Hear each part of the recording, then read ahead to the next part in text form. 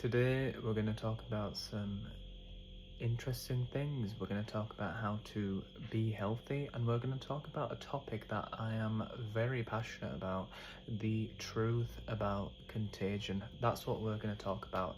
Now, there's a lot of things about contagion that make people very confused. There's a lot of people around today who believe that germs, bacteria, viruses are jumping all over the place and you're gonna catch something from somebody else. If you get somebody's saliva on your face, or if someone coughs on you, or if somebody sneezes on you, or if somebody is detoxing in your proximity, that's what it is. It is a detox. There's no such thing as sickness, and there's no such thing as illness.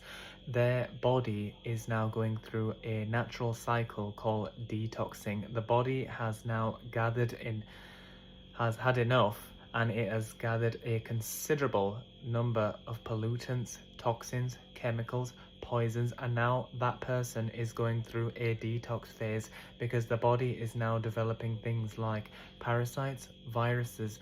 Viruses are created inside the body. Viruses are a soap and a solvent that are created inside the body. One great example of this is mucus.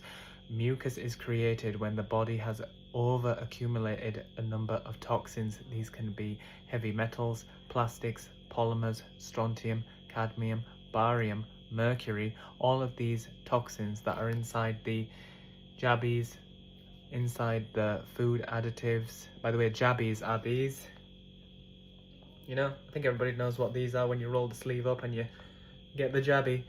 The food additives that's in the chocolates, in takeaway food, fast food, food that's fried in seed oils. Now, going back to the topic that I was talking about, that's what we call sickness. That's what we call illness. It's something that is created inside the body. You cannot catch anything from the air. Germs, bacteria, viruses, parasites are not in the air. They're not flying around in the air. All those things are created within an organism, all created within a host. They need a host to survive. They're created inside the host. They can't survive through the air. So whenever you are on the news and people are talking about, let's just say, a virus and something spreading through the air, it's impossible. It's absolutely impossible. And all of these events, let's just say, that have occurred in the past, these huge events where a certain virus is traveling through the air. Previously, we had in 2019 that joke, and you have to understand that these people on the news are not telling you the truth. They're not telling you the truth, no, because all of these events are not even backed up by the gold standard of virus testing. None of these events are backed up by that. Every single virus event, let's call them that, all these things, influenza, COVID, the Hong Kong flu, the Asian flu, all of these things, the most interesting part that puts all these things together is that none of them even passed the gold standard test. None of them did Henrik Herman Robert Koch's gold standard bacteria test, and nobody did the Thomas Rivers gold standard, the 6 postulates that he invented to discover and isolate a virus. None of those events, the virus has never been isolated, and that goes for every single virus, event, pandemic, whatever you want to call it.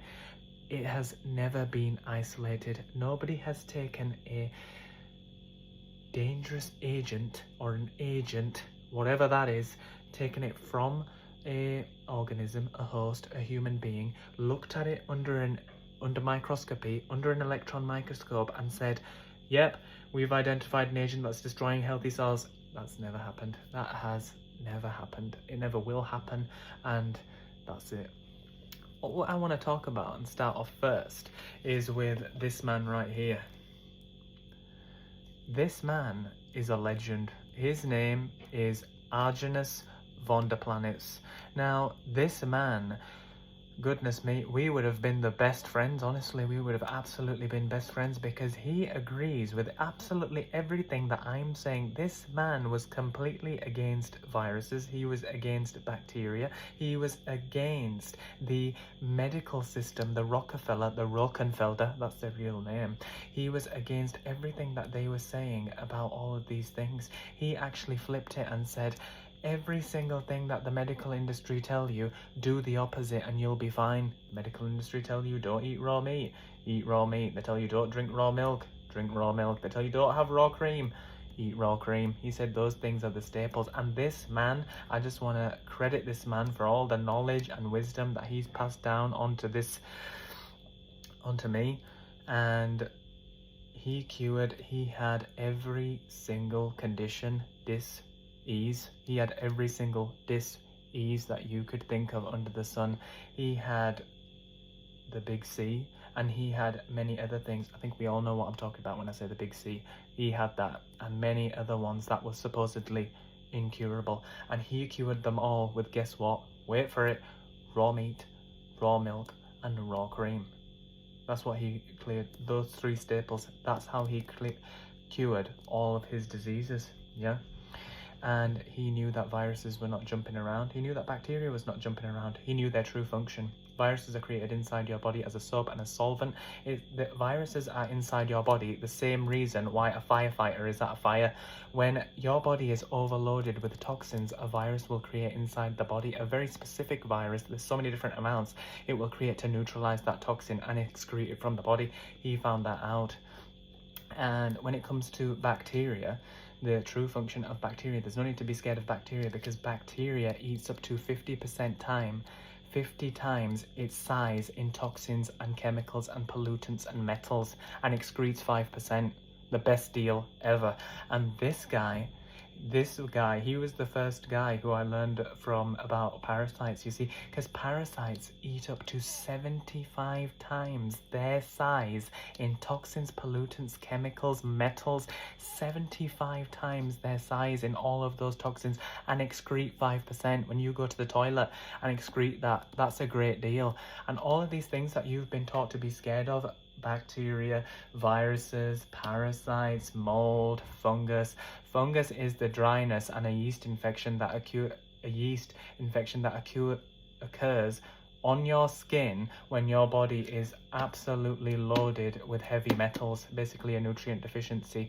You've got no fat in your body, you've got no raw meat, no raw milk, no raw cream, no raw honey. You've got none of those absolutely essential nutrients that you need to fuel your body. And what happens is, because you're not getting any of those nutrients, you're obviously eating loads of things with food additives and the fluoride in the drinking water, and you are wearing unorganic materials, and you're getting EMF'd at the same time, electromagnetically fried, and you're eating takeaway food and you're eating plastic. You know, that's basically what's happening, because all takeaway food and stuff like that is plastic, and all that cereal and stuff that's on the store shelves is absolutely poison, and it should all just be disposed of. And then your body accumulates heavy metals, and what happens then? Viruses, bacteria, and parasites come into your body to save you, you know, and eat all the toxins up. And that's the reason why human beings are so, you know, immune, shall we say, to all the poison that's happening, because the body is defending you all the time. Now, I've been reading another really good book that I want to talk about, and I'm really excited about this one. Well, to be honest, I've read it already. I read it years ago, but this book is called Can You Catch a Cold by a man called Daniel Reuters. And now this book was really, really interesting for me. When I saw it, I was like, let me get that, man. I need that book. You know what I mean? When I was doing research. This book was recommended by a man called Matt Roski. Now, I recommend that everybody checks out Matt Roski, because he's just a legend. He's goes by Cultivate Elevate on Instagram, and he just does the most amazing content. This book is a game changer. This is going to show you that there is no such thing as contagion, which is actually the real topic of this video, but I went on a little bit of a tangent there. But all that stuff that I was saying previously was absolutely beneficial, and it's going to help you out. Contagion does not exist. there's no such thing as contagion. Like if somebody coughs or, you know, saliva gets on your face from somebody else, or if somebody sneezes on you, nothing's gonna happen. What the army, the military, actually found out when they were researching contagion is that they put soldiers in a room with loads of sick people, and in that room they were sneezed on, spat on, breathed on, you know, burped on, you know, they were, you know, they even kissed the soldiers. They even kissed, like the women who were sick, they kissed the male soldiers who were like proper healthy. The sick people kissed the healthy people, and nothing happened. Absolutely nothing happened. And if you go to the back of this book,